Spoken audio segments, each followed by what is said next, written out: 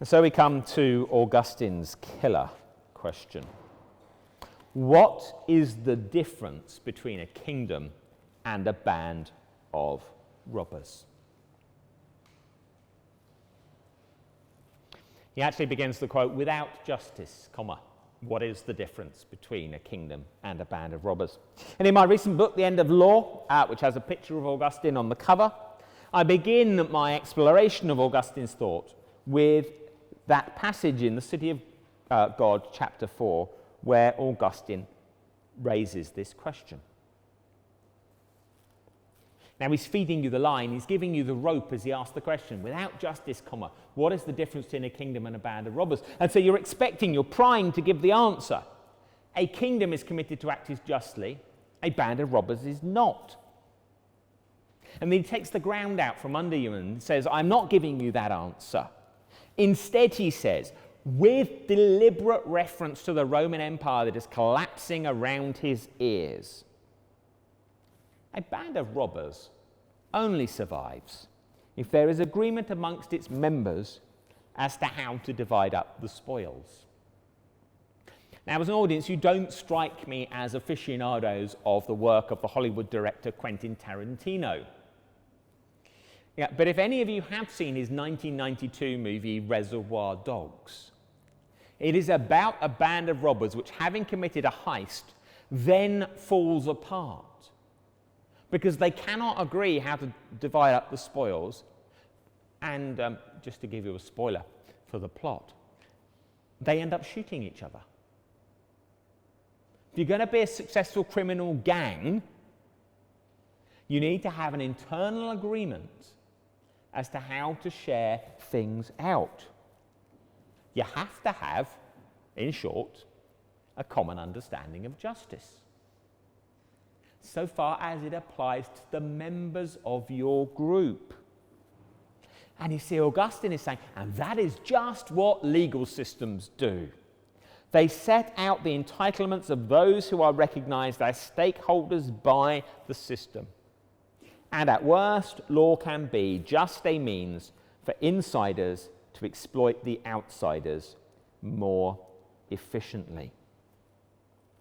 You see, you don't have to come up with claims about justice which convince everybody. You only have to come up with complaints about justice that convince those people who matter.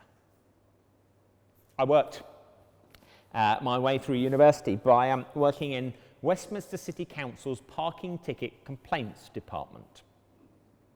It was the busiest parking tickets complaints department in the country by some distance, because Westminster City Council had worked out that if it handed out residence permits to all the residents in Westminster, they would never get a parking ticket.